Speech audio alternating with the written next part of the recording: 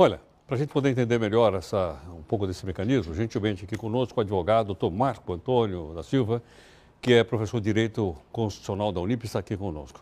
Marco Antônio, boa noite, muito obrigado pela gentileza, bem-vindo aqui no Jornal. Boa noite, Geraldo. Obrigado. Marco, me explica o seguinte, quando é que a gente pode entender, tecnicamente, que de fato o impeachment existe? Ele já existe hoje ou não? Não. Não existe? O impeachment não existe. O que ocorre é uma denúncia feita por 2 juristas, apresentada à mesa da Câmara dos Deputados e que no dia de ontem, foi recepcionada pelo presidente da Câmara após um parecer técnico. Não houve ali a abertura do processo de impeachment. O que houve foi um juízo de admissibilidade de que, formalmente, essa denúncia está compatível com a Constituição e com a lei que regulamenta os crimes de responsabilidade do presidente da República. Bom, e por que a nomeação de uma comissão especial, logo depois? O rito estabelecido pela lei dos crimes de responsabilidade determina a nomeação dessa comissão, que tem como única atribuição dar um parecer favorável ou contrário à abertura, aí sim, mas é apenas um parecer favorável ou contrário à abertura, e este parecer será submetido ao plenário da Câmara dos Deputados, que autoriza ou não, por 2/3 dos seus membros, a abertura.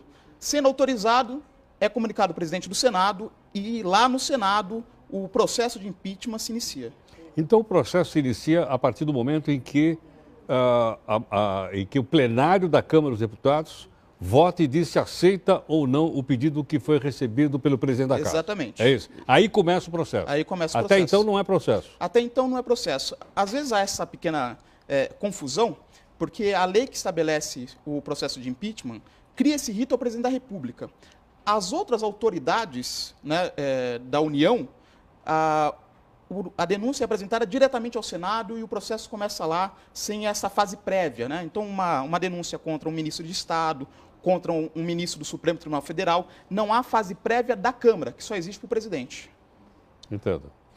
E em qualquer dessas etapas, há recursos jurídicos, você pode recorrer ao Supremo Tribunal Federal se porventura alguém entender que o rito não é aquele que está estabelecido na lei? Sim. Havendo violação ao rito estabelecido por lei, cabe, evidentemente, a impetração de mandado de segurança. Mas não é o caso. Ao meu ver, o que o PT está pretendendo é o chamado ius esperneandi, o direito de espernear. Porque a decisão do presidente da Câmara não precisa ser fundamentada. É uma decisão política. Então, ele recebe a denúncia e submete à comissão. A partir desse momento... Ou seja, ele não opina a respeito dela? Não. Ele aceitando não é uma opinião.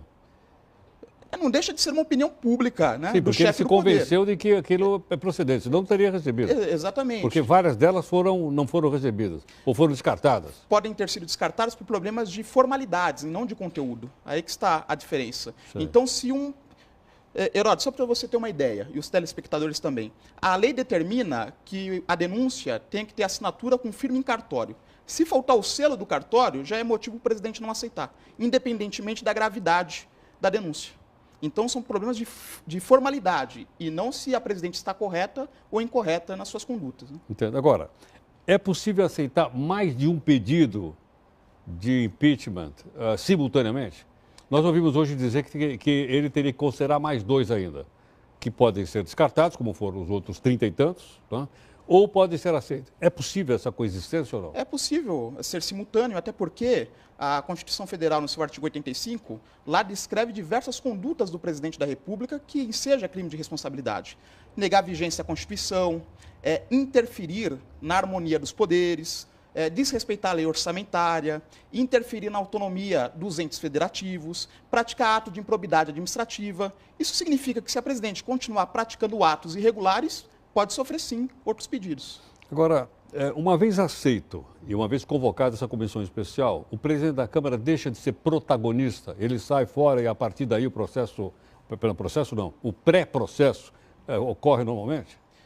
Enquanto ele não aceita, ele certamente é o protagonista porque está aos holofotes. Agora, a protagonista passou a ser a presidenta, que passou a estar numa situação um pouco mais vulnerável. Isso não significa que ele vai perder a sua influência perante os seus pares, perante os deputados. Certamente, A partir do momento que ele vem à frente e diz que a presidente cometeu crime de responsabilidade, ele vai fazer o possível para que esse processo vá à frente, até para resguardar o seu posicionamento político, né? Agora, quando o plenário se reunir para dizer se aceita ou não a admissibilidade, para transformar isso num processo, ele vota? Vota. Ele vota? Que todos os 513 vão votar? Vão votar, o voto ele é nominal, é aberto e por ordem alfabética. Como assim? Isso significa que os deputados não poderão usar aquele painel.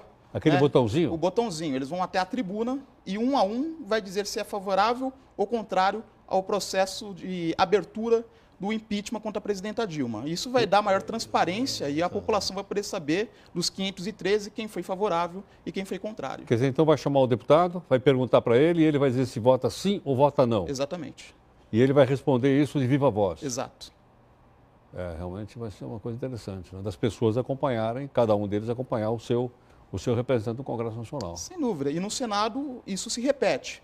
Uma vez a Câmara autorizando a abertura do processo de impeachment, o presidente do Senado é comunicado. Junto com esse comunicado vai o chamado libelo acusatório, né? Porque de verdade quem acusa a presidente passa a ser a Câmara e não mais o cidadão. Porque hoje qualquer cidadão pode fazer qualquer denúncia contra a presidente da República, contra o governador do Estado. Está garantido na Constituição. Está garantido na Constituição.